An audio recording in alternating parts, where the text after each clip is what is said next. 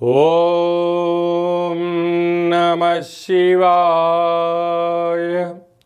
ఓం నమో నారాయణాయ. కర్మ నరదృష్టి నివారణ కాళభైరవాయ నమో నమః. ఓం గురు అరిష్టేతు సంప్రాప్తే గురు పూజాంచ కారయేత్. గురు ధ్యానం ప్రవక్ష్యామి. విద్యా ఉద్యోగ విదేశీయాన రాజసన్మానోత్సవ గజసన్మానోత్సవ వివాహ తదనంతర పుత్ర పుత్రిక సంతాన సంబంధిత అరిష్ట దోషపీడోప ఉపశాంతయే. హరి ఓం. మా ఛానల్కి స్వాగతం. చూస్తున్న వీక్షకులకు ప్రేక్షకులకు ప్రియ కాళభైరవ భగవద్బంధులకి స్వాగతం పలుకుతూ మమ్మల్ని ఎంతగానో ఆదరిస్తూ ఉండబడినటువంటి ప్రియ సోదర సోదరీమణులకు, సనాతన ధర్మ సంరక్షకులకు, జ్యోతిష్య అభిమానులకు, పుష్కర స్నానం చేసేటువంటి ఆధ్యాత్మిక భగవద్బంధువులకి, అంటే 12 ఏళ్ళకు ఒకసారి మనకు పుష్కరాలు వస్తూ ఉంటాయి. కుంభమేళ, అర్ధ కుంభమేళ, మహాకుంభమేళలో స్నానం చేసే వారందరికీ మరొక్కసారి చిన్న విన్నపం ఏమిటయ్యారగా, వృషభ రాశిలో నుంచి దేవగురు బృహస్పతి మిథున రాశిలోకి ప్రవేశం జరుగుతుంది కనుక మనకు సరస్వతి మాత అంటే సరస్వతి నది పుష్కర మహోత్సవ కార్యక్రమాలు జరుగుతూ ఉన్నాయి. కనుక మనకు తెలంగాణ రాష్ట్రంలో కాళేశ్వరం దగ్గర మనకు అంతర్వాహినిగా సరస్వతి నది పుష్కర మహోత్సవ కార్యక్రమాలు గవర్నమెంట్ వారు కూడా పెద్ద ఎత్తున ఏర్పాట్లు చేయడం జరుగుతుంది. కనుక మనమందరము కూడా మే నెల 15వ తారీఖు నుండి 27వ తారీఖు వరకు మన వీలును బట్టి వెళ్ళి పుష్కర స్నానాన్ని ఆచరింపజేసుకొని ముక్కోటి దేవతల యొక్క ఆశీస్సులు, పుష్కరుడి యొక్క ఆశీస్సులు పొందాలని కోరుకుంటూ అందరిపైనను, ద్వాదశ రాశులపైనను, ఈ భూమండలం మీద ఉండబడినటువంటి అనేక జంతువులపైనను, పక్షులపైనను, ప్రకృతిపైనను దేవగురు బృహస్పతి యొక్క ఆశీస్సులు ఉండాలని కోరుకుంటూ అందరినీ చల్లగా ఆశీర్వదించమని కోరుకుంటూ మనము స్వామివారిని వేడుకుందాం. ద్వాదశ రాశుల్లో గ్రహ గమనాన్ని ఓసారి వీక్షింపజేద్దాం. 15/5/2025 నుండి 31/5/2025 వరకు ద్వాదశ రాశుల్లో గ్రహ గమనాల్ని మరొక్కసారి వీక్షింపచేద్దాం. మేషరాశిలో బుధ భగవానుడు సంచార స్థితి, వృషభ రాశిలో రవి భగవానుడు ఏడాది తర్వాత సంచార స్థితి, 12 సంవత్సరముల తర్వాత మిథున రాశిలో దేవగురు బృహస్పతి సంచార స్థితి, కర్కాటక రాశిలో కుజ భగవానుడు నీచభంగ రాజయోగ సంచార స్థితి, కన్యరాశిలో కేతు సంచార స్థితి, మీనరాశిలో శుక్ర భగవానుడు, శని భగవానుడు, రాహు భగవానుడు సంచార స్థితితో ప్రారంభంలో ఇలా ఉన్నాయి.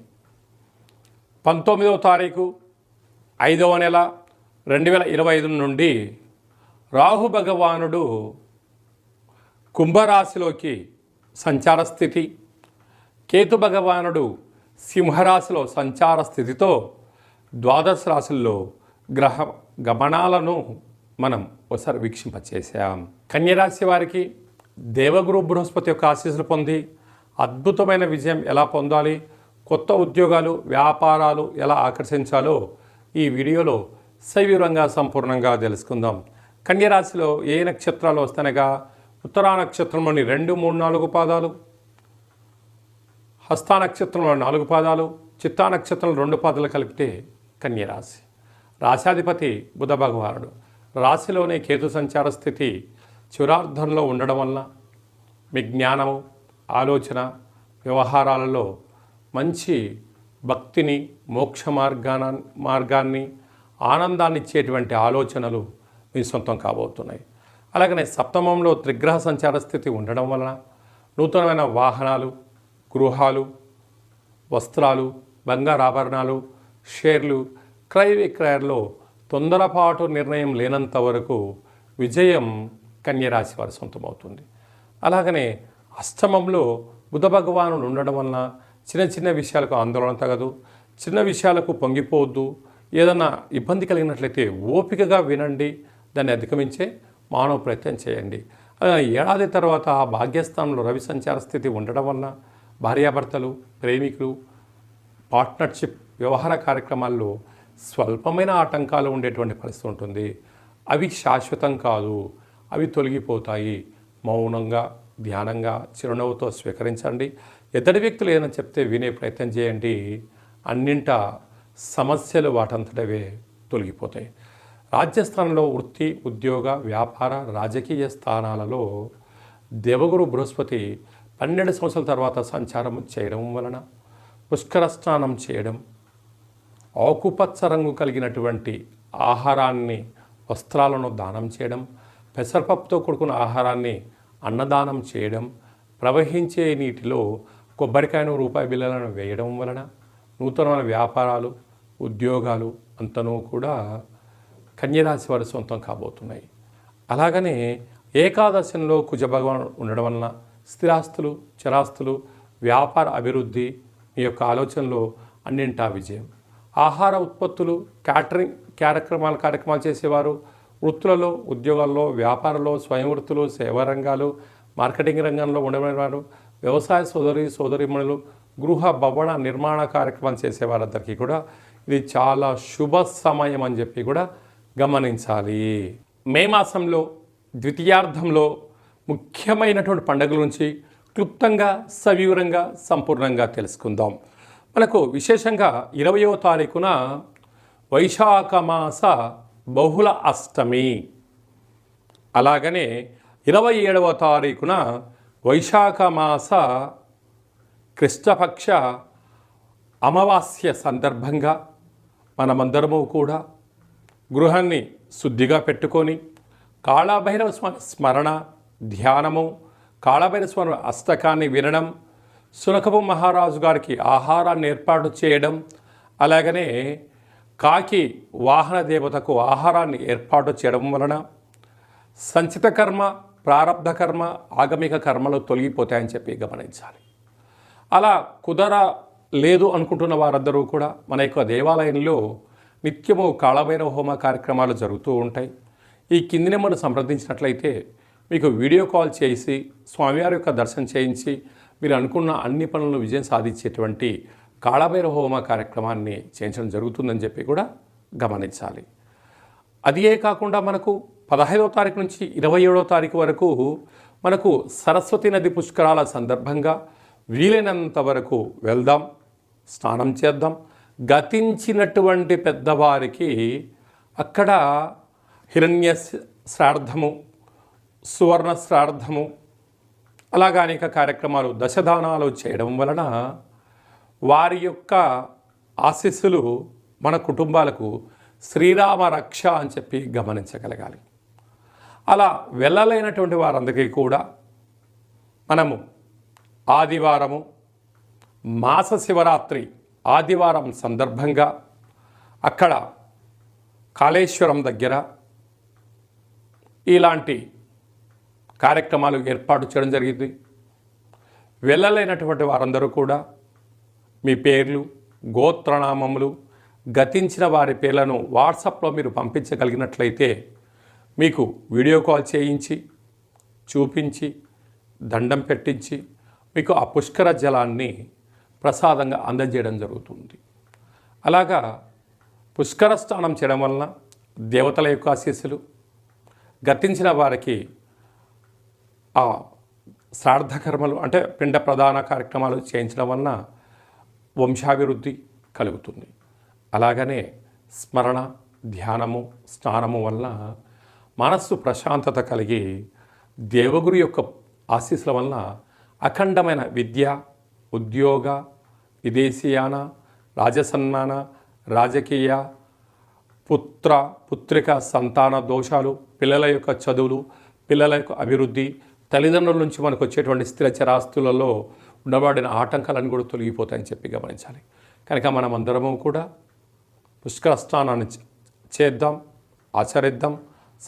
సనాతన ధర్మంలో ఉండబడినటువంటి ఆధ్యాత్మిక శక్తిని సంపాదిద్దాం, అఖండ ఆయురారోగ్య శక్తిని పొందాలని కోరుకుందాం. అలాగనే ఇంకనూ మనం విజయం సాధించగలగాలి అన్నట్లయితే యొక్క పాత్ర కంచు పాత్ర అంటారు. అందుకే కంచు మోగినట్టు కనకంబు మోగదు గదరా సుమతి అని చెప్తారు. అలాగే ఈ యొక్క కాలభైరవ స్వామి వారి యొక్క అక్షయ పాత్రను గృహంలో ఉంచుకొని ప్రతిరోజు ఉదయం కుదరలేదు సాయంత్రం పూట ఇలా శబ్దం చేయడం వలన ఓంకార శబ్దం రావడం జరుగుతుంది.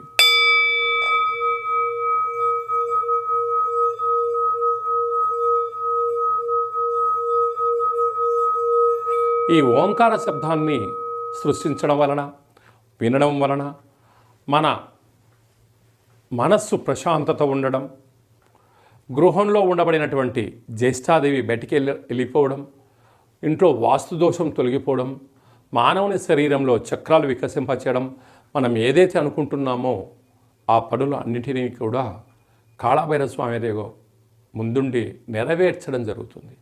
అలాగా కాళభైరవ స్వామి యొక్క పూజ 20 రకాల వస్తువులతో దిష్టి దించి ఈ అక్షయ పాత్రను అందజేయడం జరుగుతుంది.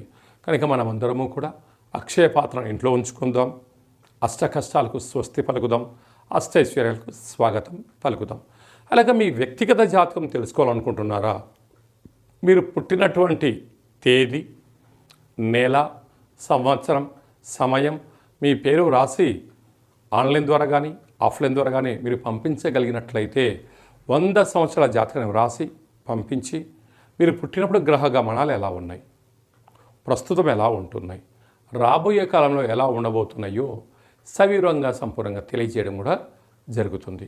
చాలామందికి డేటా బర్త్లో లేనటువంటి వారికి మీ పేరు యొక్క మొదటి అక్షరాన్ని అనుసరిస్తూ రాశిని తెలియచేస్తూ స్థితిగతులను తెలియచేస్తూ రమణ శాస్త్రం ద్వారా అనగా గవ్వళ ద్వారా కాళభైరవ ఉపాసన చేత భూత భవిష్యత్ వర్తమానాన్ని తెలియజేయడం జరుగుతుంది. కనుక జాతకాన్ని తెలుసుకుందాం, జీవితంలో రాబోయేటువంటి అడ్డంకులను తొలగించుకుందాం, ఐశ్వర్యాన్ని ఆనందాన్ని పొందుదాం, అద్భుతమైన యోగాలను మనం సొంతం చేసుకుందాం, మన గ్రామ రాష్ట్ర దేశ ప్రపంచ స్థాయి వరకు అందరం ఎదగాలని కోరుకుందాం. కనుక జాతకం తెలుసుకోవాలనుకుంటున్న వారందరూ కూడా అపాయింట్మెంట్ తీసుకొని సంప్రదించగలరు. అలాగా వివాహం కాని వారికి ఎందుకు వివాహం అవ్వడం లేదు, జాతకాలు ఎలాంటి దోషాలు ఉన్నాయి, ఎలాంటి అబ్బాయి ఎలాంటి అమ్మాయిని వివాహం చేసుకోవచ్చు, ఎలాంటి అమ్మాయి ఎలాంటి అబ్బాయిని వివాహం చేసుకోవచ్చో తెలియచేయడం జరుగుతుంది. వివాహం అయినటువంటి దంపతులు తరచుగా చిన్న చిన్న విషయాలకు గొడవ పడడం, విడిపోయేంత వరకు తీసుకొస్తూ ఉంటారు. అలా కాకుండా చిన్న చిన్న మార్పుల సలహాలు సూచనల ద్వారా మిమ్మల్ని ఆ పార్వతీ పరమేశ్వరులు ఎలా కలిసి ఉంటారో ఉండేటువంటి ఆధ్యాత్మిక సలహాలు సూచనలు ఇవ్వడం కూడా జరుగుతుందని చెప్పి గమనించాలి. అందరికీ వైశాఖ మాసంలో ఉండబడినటువంటి బహుళాష్టమి అమావాస్య సరస్వతి నది పుష్కర భగవంతుడి యొక్క ఆశీర్వాదం కోరుకుంటూ ఆశీర్వచనం.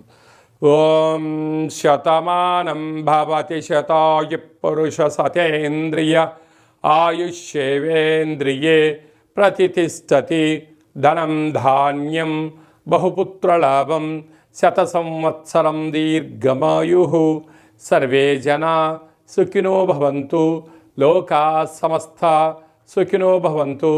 సర్వం సంపూర్ణ కాళభైరవ దేవత, రుద్రదేవత, బృహస్పతి దేవత అనుగ్రహ ప్రసాద సిద్ధిరస్తు తదాస్తు.